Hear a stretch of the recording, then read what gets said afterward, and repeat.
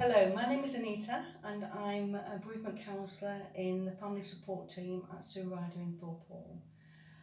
Part of my role is to offer bereavement to clients who want to access the bereavement service, but also go down onto the ward, onto the inpatient unit, and we support families and people and patients down on the ward as well who need our support, who are struggling at times and just want to talk or want to offload. So we do that.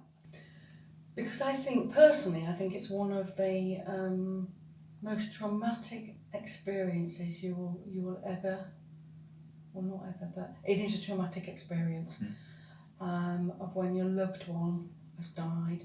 You may have not been able to say what you wanted to say to them, or the relationship might not have been very good, or it might have been really, really good. You're going to miss them so much. And it's just talking through all that experience, all those emotions. It was fantastic actually, because when I joined we had quite a big waiting list, and because that was my role, was bereavement support, that's what I was doing. I wasn't down on the ward at that point.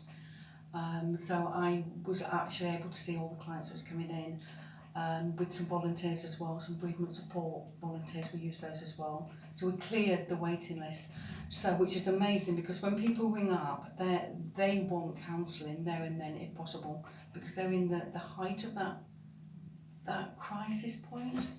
So to be able to say, well actually we have a waiting list, is not good. So it was amazing. It was amazing that we were just able to just, yes, we have somebody who can see them, see the clients, which is wonderful. But when they first come in, I meet them downstairs, and then we come up to the therapy room here. So we generally just have a quick chat, so to try to settle somebody, because they're probably quite nervous. So we'll initially just have 5 or 10 minutes talking, and then I'll introduce the forms that we need to fill in. So it's an agreement, and what we'll then do is kind of like trying to gauge where they are with their emotions, so we have a sort of like a starting point. So we'll fill in what we'll call a bereavement compass, and then a questionnaire, because obviously we need to measure our outcomes. And then what I would normally do is then just sort of like offer open to the client. So it's like, okay, so what would you like to talk about? How would you like this to work? What do you need from the sessions? So again, it's all about giving that hour to the client, because that's their hour. Sometimes they find it really, really difficult to talk. Sometimes not. But a lot of the time they're sometimes can be quite confused about their emotions and how they're behaving, which is typical in grief.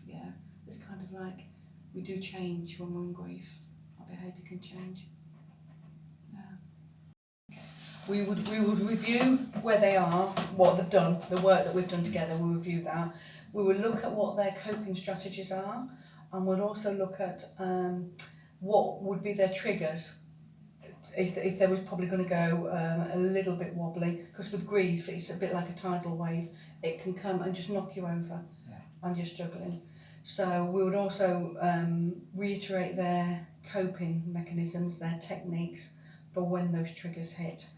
The lady I worked with, she was really, really close to her mum, and she had siblings, older siblings, but they was much older. So it was almost like she was like almost like an only child, and it was just her and mum. And mum, unfortunately passed away, and the client was devastated, absolutely devastated, to the point that she didn't think that she could continue with life. And we started working together, and it's very traumatic for her, very hard, very difficult working through the grief.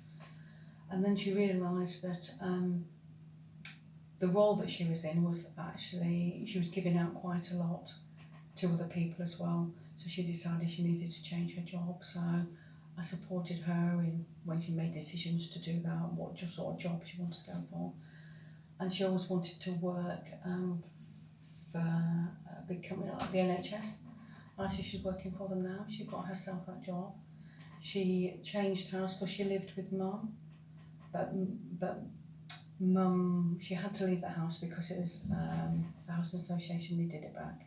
So she actually had to leave where all her memories was as well, and then get her own place, which she's done. So she's changed her job, she's changed her home, she's going on holiday again now. So she's there, she's getting there. We've almost come to the end of our work now. And although she still misses Mum drastically, she herself is here, she's still here. She's still surviving, she's still living, she's still coping. She has good days, she has not so good days. But she's here, which is brilliant actually, because she didn't think she might not be. I would like to say thank you to the Harry Curtin Trust Fund for actually allowing me to work for a year in this field, which is wonderful.